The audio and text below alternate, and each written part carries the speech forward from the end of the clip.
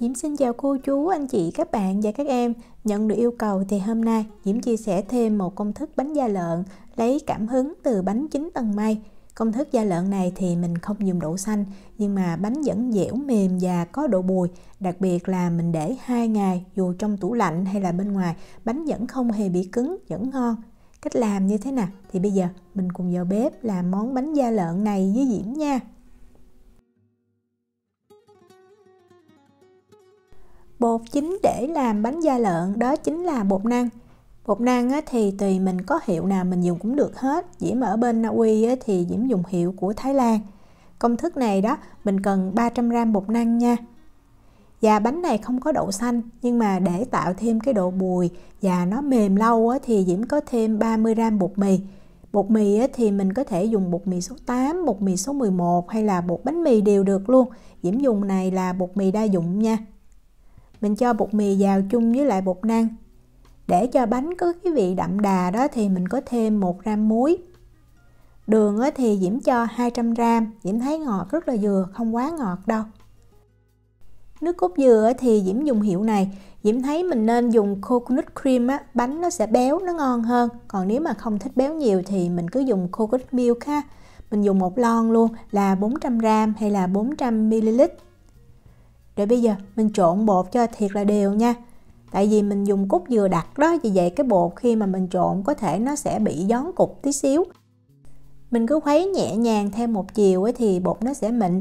Quan trọng là bột mịn và không còn lợn cợn. Nếu mà mình khuấy lâu mà mình thấy bột không mịn mình cứ lấy rây mình rây lại nha. Đó, cái hỗn hợp bột sau khi mà mình khuấy đều nó sẽ sệt như vậy. Hỗn hợp bột này thì bây giờ mình chia ra làm 3 phần. Mình sẽ chia làm 2 phần bằng nhau và phần còn lại thì mình để mình pha lá dứa. Thì cái chén bột đầu tiên này Diễm cân là 375g. Và cái chén bột thứ hai này cũng vậy, cũng là 375g luôn. Hai chén bột này một chén mình sẽ làm màu vàng và một chén mình làm màu đỏ. Mình nên cân ghi cho nó chính xác nha. Phần bột còn lại trong thau này thì Diễm cân lại được là khoảng hơn 160g. Mình để ở đây. Thì để pha màu cho bánh tùy mình thích nha. Diễm thấy nếu mà mình kinh doanh thì mình nên dùng màu thực phẩm thì cái bánh nó sẽ giữ màu được lâu. Còn nếu mình ở nhà thì mình có thể dùng màu rau củ, nhưng mà màu rau củ hấp lâu sẽ bị thay màu. Đầu tiên mình lấy 125g nước nha. Nước ở nhiệt độ phòng. Rồi mình pha màu vàng trước. Tùy cái màu vàng mình dùng đó, màu vàng Diễm dùng loại này thì Diễm cho khoảng chừng 1/8 muỗng cà phê à. Mình khuấy màu cho thiệt là đều trước, rồi mình mới cho vào bột nha. Diễm lấy cái chén bột này là 375g nè. Rồi mình cho màu vàng vào. Tại vì nếu mà mình cho màu trực tiếp vào, màu đặc thì rất là khó tan trong cái hỗn hợp bột. Để ngon hơn thì mình có thêm 1/2 muỗng cà phê tinh chất vani. Rồi bây giờ mình cứ khuấy thiệt là đều nha. Tại vì cái hỗn hợp bột cốt dừa này nó đặc lưu ý là mình phải khuấy thiệt là đều. Cho bột nó thành một cái hỗn hợp loãng như vậy.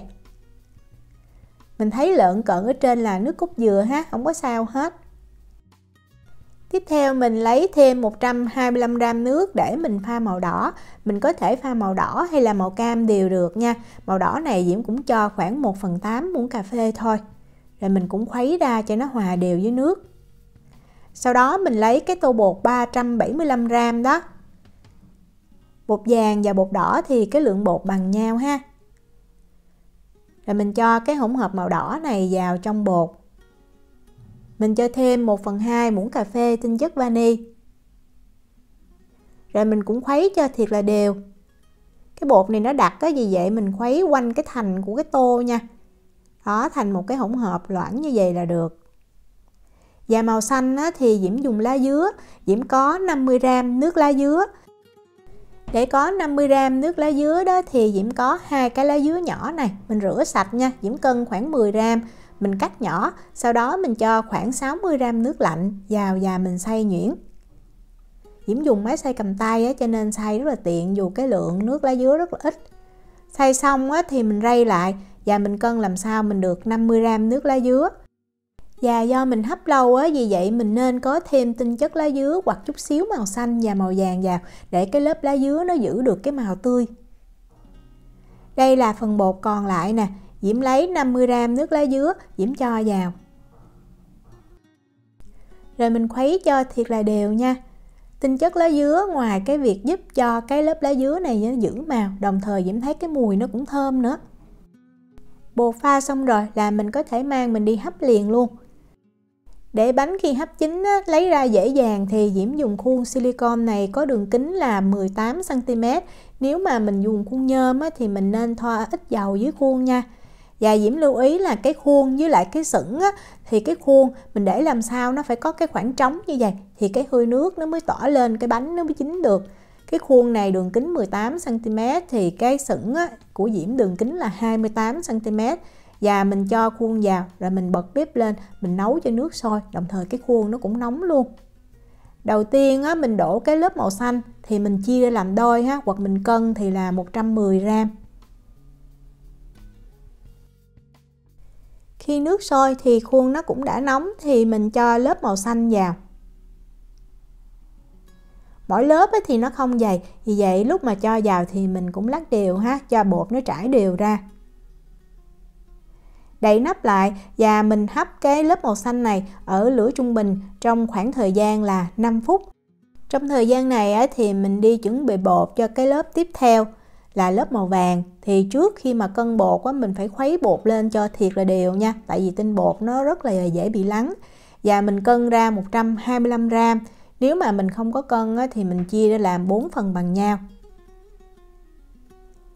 Đây là lớp màu xanh mà Diễm đã hấp được 5 phút rồi nè. Mình kiểm tra nha, cái lớp bột nó phải chín ha. Tại bánh này khi mà mình ăn mình sẽ gỡ ra thành từng lớp. Vì vậy mỗi lớp bột nó phải chín kỹ rồi mình mới đổ cái lớp tiếp theo. Mình cho lớp màu vàng lên. Rồi mình cũng đậy nắp lại và mình hấp ở lửa trung bình trong khoảng thời gian là 5 phút nữa. Trong thời gian này thì mình đi chuẩn bị cái lớp tiếp theo, đó là lớp màu đỏ. Mình cũng cân ra 125g. Còn nếu không có cân thì mình chia ra làm 4 phần bằng nhau. Lớp màu vàng này thì Diễm hấp được 5 phút, Diễm kiểm tra là đã chín rồi thì Diễm cho lớp màu đỏ vào. Rồi mình cũng đậy nắp lại, mình giữ lửa trung bình và mình hấp lớp màu đỏ này trong khoảng thời gian là 5 phút. Mình cứ lưu ý là cứ mỗi lớp bánh là 5 phút với cái sửng tre nha. Rồi mình tiếp tục, mình cho thêm một lớp màu đỏ nữa. Lưu ý là thêm một lớp màu đỏ cũng là 125g bột ha. Rồi tiếp tục đậy nắp lại và mình hấp thêm 5 phút nữa. Sau khi đổ thêm 2 lớp màu đỏ thì bây giờ mình sẽ đổ 2 lớp màu vàng. Mình cũng cân ra 125g bột nha. Rồi tiếp tục đậy nắp lại và mình hấp thêm 5 phút. Và tùy cái sửng hấp mình dùng thì Diễm thấy mình hấp được phân nửa bánh thì mình nên châm thêm nước vào. Mình nấu một ấm nước sôi ha và mình cho vào. Mình đảm bảo làm sao cho đủ nước để cái hơi nước giúp cho cái bánh nó chín.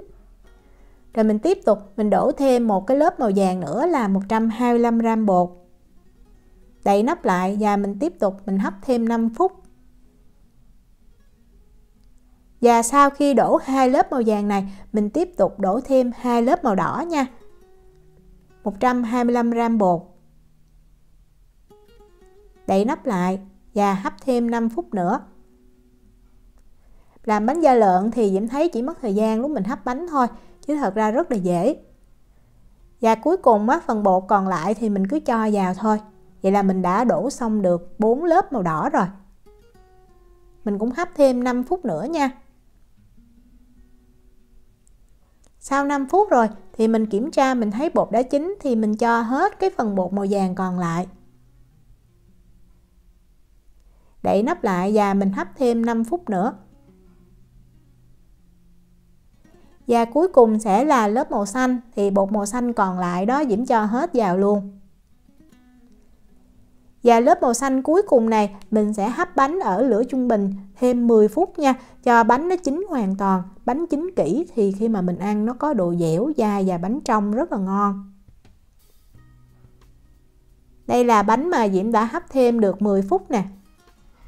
Mình lấy bánh ra nha. Bánh da lợn này vừa lấy ra thì nó chưa có tróc khỏi khuôn đâu và nó còn rất là mềm. Vì vậy á, mình phải để cho bánh nó nguội hoàn toàn. Ít nhất là cũng phải 2 tiếng á, thì mình mới lấy ra khỏi khuôn. Và khi mà mình đợi bánh nguội á, thì Diễm thấy mình có thể thoa một lớp dầu lên trên mặt bánh, hoặc là dùng cái màng bọc thực phẩm nè, đậy sát lên trên mặt bánh vậy, tránh cho cái mặt trên nó bị khô. Đây là bánh mà Diễm đã để nguội được khoảng 3 tiếng. Nếu mà mình muốn ăn liền á, mình có thể ngâm vào trong cái thau nước lạnh hoặc là cho vào trong ngăn mát tủ lạnh. Bánh bằng khuôn silicone á, thì mình lấy ra rất là dễ dàng. Lúc này mình thấy những cái lớp bánh nó chưa đẹp đâu, nhưng mà khi mà mình cắt ra thì mình sẽ thấy á, đẹp lắm luôn. Bánh mềm dẻo nè.